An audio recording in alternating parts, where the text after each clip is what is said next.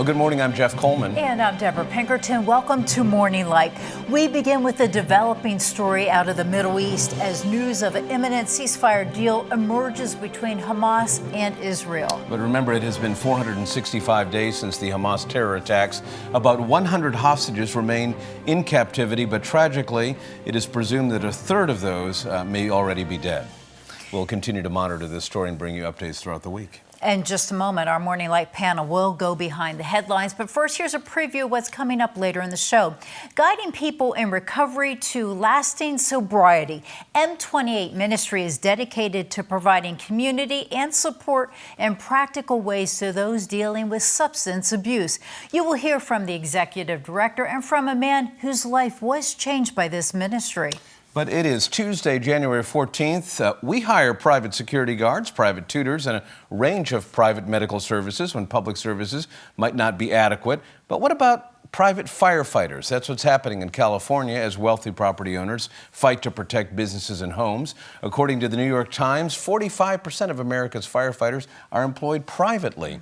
But what are the moral or ethical questions to consider when the neighbor's house is burning? That is a very good question, something that the Morning Light panel will tackle. It's really difficult because all of these questions related to what you can do with your own resources versus your neighbor's need do raise questions. Certainly. With California's dire need for firefighters, nearly 1,000 incarcerated persons are helping battle fires that pay $10.24. In addition to training and pay, a day's work will result in a reduced sentence of up to 2 days.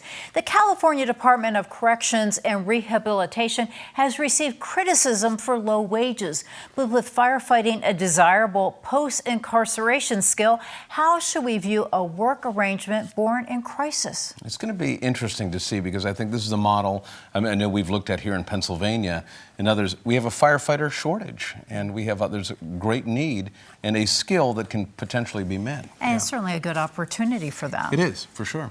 Well, and you might think a little differently of the 119th Congress. So when you hear this, according to a Pew Research study, 87% identify as Christian. Now, that's down slightly from the last congressional session. The new Congress is more religious than the general population.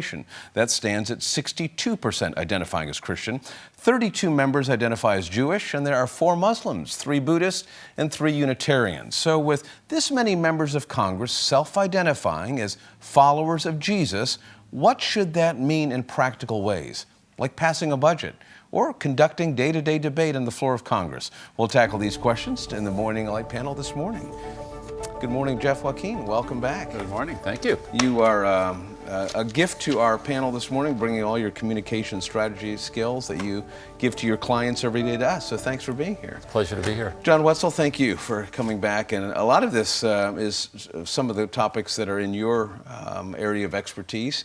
Just happened to be the way that it lined up today because this story of the fires is raising a lot of questions because you have celebrity voices, you have political voices, you have the pressure from inside the community, and it happens to be Hollywood, so the images that are coming out are dramatic.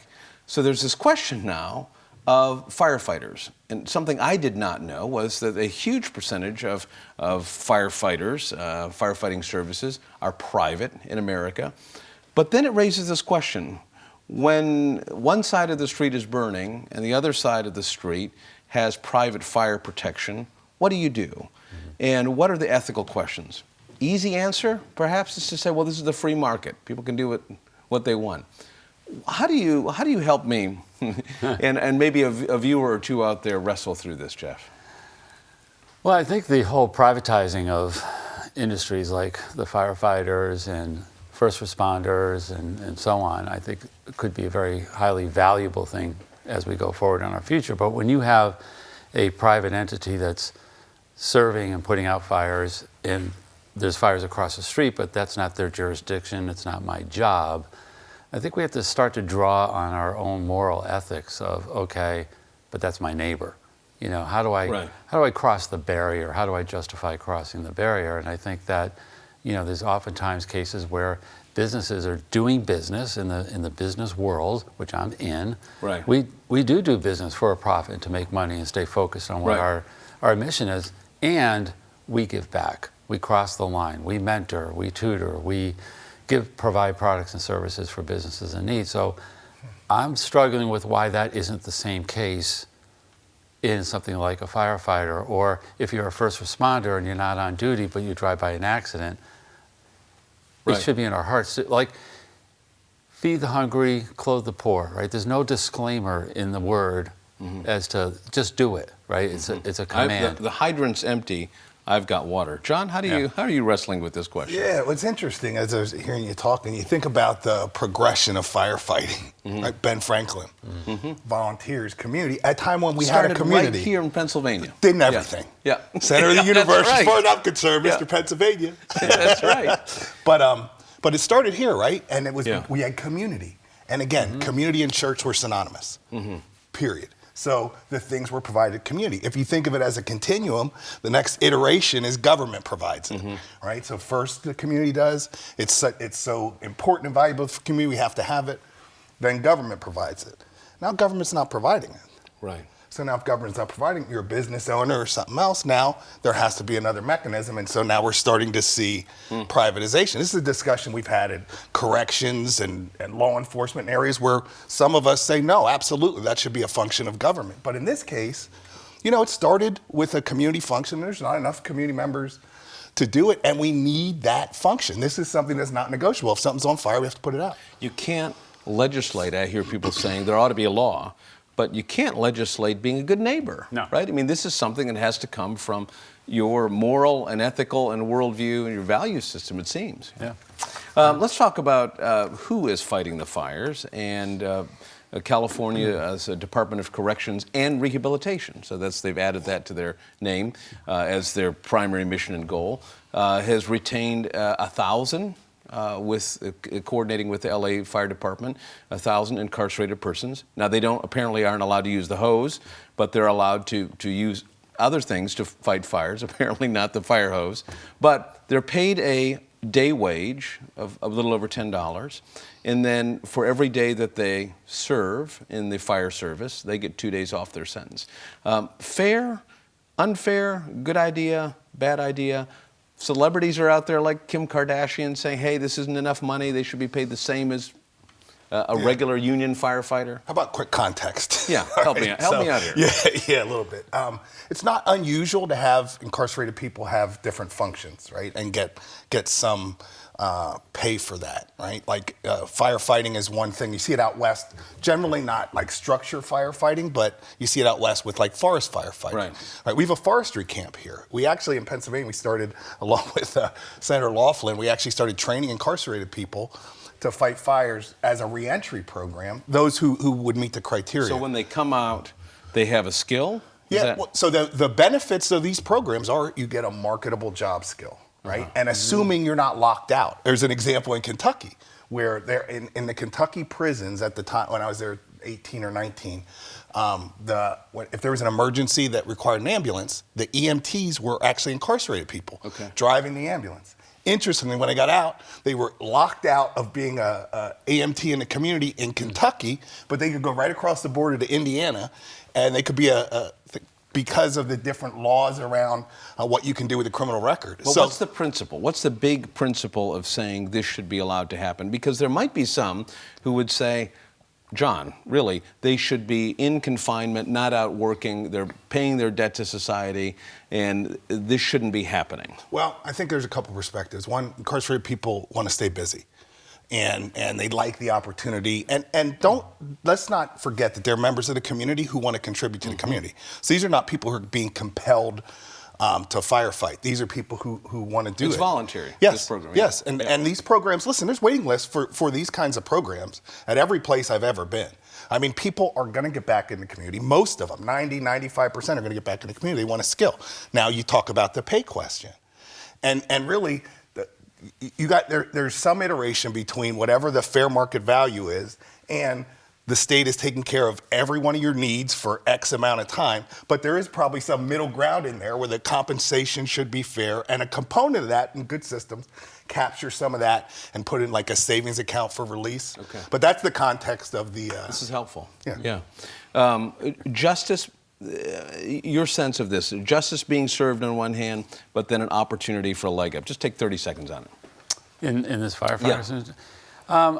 Look, I think if we're solving a problem, right? Yeah. And what I get out of this program is that we're actually solving a problem. We're taking people who had a problem, they're paying their dues, they're paying their sentence, and now we're putting programs in place where we can now give them a skill and an opportunity to re-enter, because they're going to re-enter our society. So are we solving an issue that exists to put them out? There's some creativity and imagination being applied here. And it exists in other spheres as well. Yeah. Final question today is about the 119th Congress. So we've got a lot of Christians, right? Every year when people are running for office, they advertise as Christians. I was with a U.S. Senator earlier this week from another state, and he said, you wouldn't believe the number of Christians we have, or people who self-identify.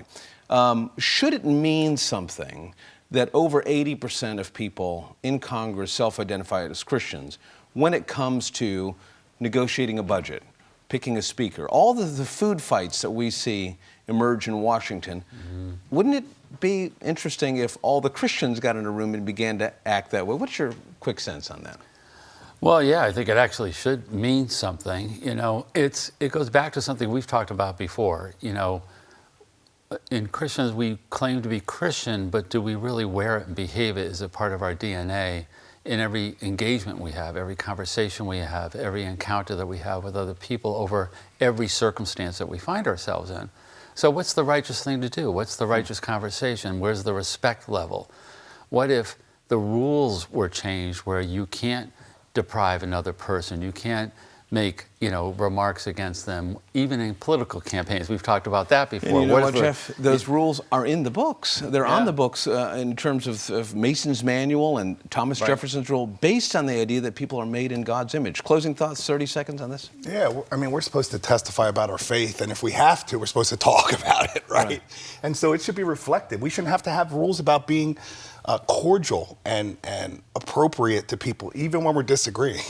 I mean, But social media, should we really include social media in that? I mean, social media is... How do we communicate that we are Christians, and we want Christians in these positions to apply their worldview to things that matter to us in policy, and we should see that. We shouldn't see them acting like we should notice a difference. I say that a little bit tongue-in-cheek because you see members of Congress, senators with believer, Christ follower, here's the name of my church, I love my family. Amen. And then you look at their feeds and there's a disconnect between how they're treating other people. So thank you, gentlemen, for being on the panel today. Well, coming up next on Morning Light, doing life with others. M28 Ministry works tirelessly to see the brokenhearted and desperate find healing, redemption, and hope through a relationship with Jesus Christ. Deborah will sit down with the executive director. Up next, you're watching Morning Light on Lighthouse TV.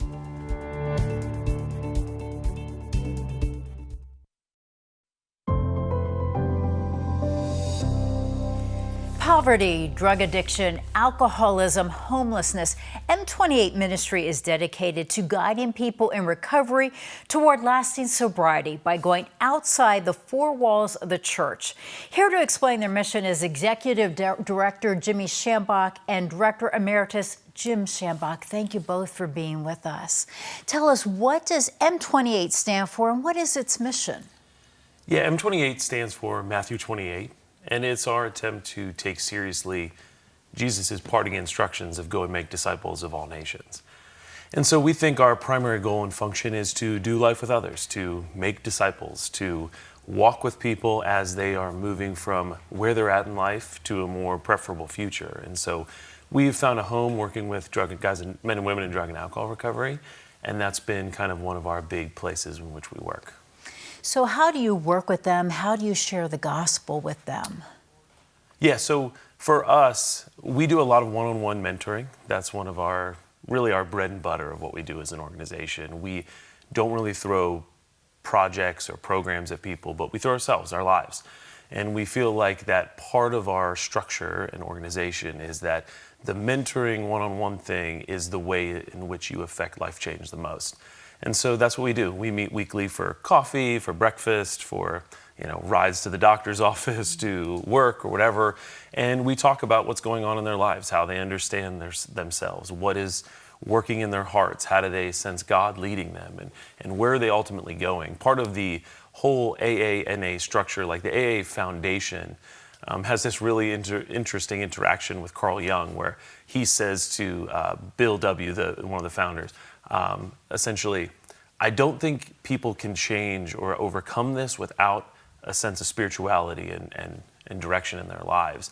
And so this recognition that you must encounter and deal with and allow God to work in your life to experience life change is part of what we really believe and hold on to. So you really meet them where they are. And tell us more about the different programs you have. So we do a number of different things. As we worked with men and women in recovery, once they leave the rehab center or they're in a recovery house, they have to find a place to live. So occasionally we're able to help them find affordable housing. In fact, we're in the process of purchasing a facility that we'll be able to offer to those who are in recovery and give them an opportunity to rebuild their lives. And along with that, we do a wraparound approach where we put people around that person so they can move from where they are to where they want to be and where God wants them to be in their lives. And then we have a good used furniture warehouse in New Cumberland, where we pick up furniture and we make it available to those that are trying to rebuild their lives, and they can come in, and it's not quite like going to Walmart, but they can come in and select things off the shelves, and they can put together a plan and take things with them and start rebuilding their lives with good used furniture, not sleeping on the floor. They're not surfing in on someone's couch. They have their own space. They're beginning to put their life together and finding purpose in what they're doing.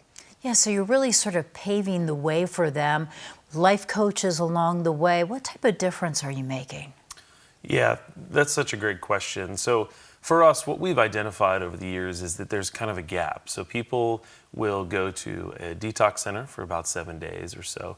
They'll do a rehab that's anywhere from 28 days to maybe a month and a half, and then they'll maybe do a halfway house. And so they might be 4 to 6 months clean, and then they're out into the open. They're out back into society, and they're left kind of to themselves or to a small group there that kind of figures out their next steps and helps them figure that out. And so we've kind of identified that as a gap in which we've stepped into to help people continue on that journey to life change. And so for us, about 65% of the people we work with stay clean for a year or more continuously. The national average is much lower than that, probably under 10 or 12%. That's wonderful. Yeah, so we feel like that life coaching, one-on-one mentoring, that emphasis on walking with people, doing life with others, providing good, authentic, meaningful community to them is really just a key part of that life transformation process. And so we feel like we've done really well with that. And then my dad mentioned the House to Home project. That has been a huge undertaking. We've given furniture to more than 1,500 families over the last 6 years, given away about $1.5 million of furniture and home goods to families in central Pennsylvania. So that's been really cool, and we've seen great impact in both those spheres. Yeah, that is certainly a large number. How can we pray for you? Well, one of the things that we're always asking ourselves, among the men and women who are coming through our ministry, who are ready to receive the good news? Mm-hmm. So if you can pray for us that hearts would be ready. Usually there's a level of desperation that's required, and once they have that level of desperation, they're open to the gospel. And so pray for people's hearts to be open. That's what I would say. And we certainly will do that. Thank you both for being with us, and thank you for what you're doing. Mm-hmm. Thank you. And coming up next on Morning Light, you will hear from a man who says his life was a blur before M28 ministry. His amazing story of recovery. That's next.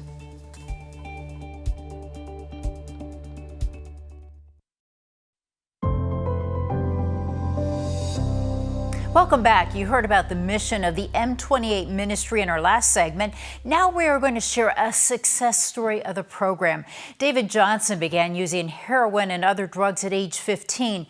Fast forward to age 18 when David met Pastor Jim Schambach in one of his attempts to get sober. Here's his story. Throughout my whole entire journey, God has placed people in my life to help me with discernment, to guide me, to save me from myself. He's put natural consequences in my life in the forms of like institutions, jails, as a result to try to deter me. I also firmly believe that I'm only here as a result of prayer. My name's David Johnson. I'm a person in long-term recovery, and I was introduced to Pastor Jim in M28 13 years ago while I was enrolled in Daystar. So ultimately, I went to my first treatment center when I was a juvenile. At that time, I was struggling with polysubstance abuse, but it hadn't progressed into street narcotics yet. It was a lot of prescription medications coupled with marijuana and alcohol. That journey was the seed that planted recovery as an option. No one in my immediate family struggled with addiction, but there was a plethora of people in my extended family that had issues with multiple substances and mental health as well. I attributed kind of some of my substance use to my youth and, didn't really identify with being an addict or an alcoholic at that age. So I went out to do some more research, which ultimately led me being homeless in California, an IV drug user, eating out of trash cans, lost communication from all my loved ones, and didn't really have any direction. Didn't have any plans to live past 21. Already had countless overdoses, incarcerations, time spent in psychiatric units as a result of my use and withdrawal from use. There's people that God has placed in my life throughout the whole journey. And I mentioned earlier that I met Pastor Jim when I was 19 years old, but I haven't stayed clean since I was 19. During the meeting with Pastor Jim, one of the first things that he said to me was, "This only works if you're honest with me." And honesty is going to be a theme throughout my recovery journey. It's also in 12-step programs identified as a spiritual principle, and I didn't understand back then what that meant. But Pastor Jim said, as long as I'm willing to be honest, that he's willing to work with me, and that kind of planted the seed of the importance of honesty in a recovery journey. I had stayed clean for several years in Narcotics Anonymous, and I decided that I was never going to use heroin again, and narcotics weren't a good thing. But as I fell back into my old ways and started to take my will back and stopped doing the things that kept me clean and got me clean, I slowly started to backslide. And I thought, well, I've always had an issue with heroin, but never alcohol, so I can drink successfully. Before I knew it, I was physically dependent on alcohol. And it was a lot easier to maintain an alcohol addiction that cost $20-some a day, as opposed to a heroin addiction, which was a life of crime and theft. And throughout my whole drinking career and using career, there's signs that this isn't what I'm supposed to be doing. There's a clear sign that it's not God's will for my life to be using drugs and alcohol. At the end of the road, I ended up moving to Richmond, Virginia, because the location was the problem, not realizing that I took myself with me wherever I went. And I had sworn that once I moved to Richmond, after getting out of treatment for the 10th or 11th time, that I was never gonna use substances again. 3 weeks later, I found myself drunk. And 3 weeks after that, I found myself with an open felony case and was facing state prison time as a result of, getting caught with narcotics and getting my house searched and raided. So once I could take a step back and I could get the alcohol out of my system and I could no longer be physically dependent on alcohol, I could objectively take a look at my life. And once I was able to do that, I had to get honest with myself, back to that honesty piece. And the honesty piece that I came to was any time that I've ever tried to put my hands in the mix or control my life or drive the bus or do anything, something went wrong. What an inspiring story. You can listen to David's entire testimony by going to M28's website. There is also information on how you can volunteer or get someone connected with the program. Simply check out m28.us. Stay with us. We are back right after the break.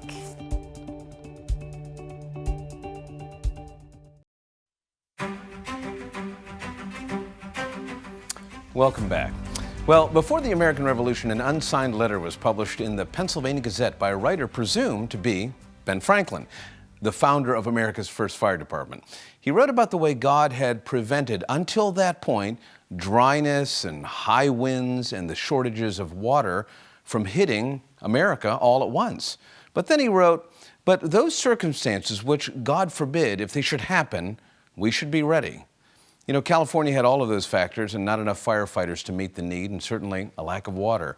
Since 1736 in Pennsylvania, we've relied on citizen neighbors to do their part, volunteering as they have for decades by the hundreds of thousands to prevent or protect homes and properties from fire.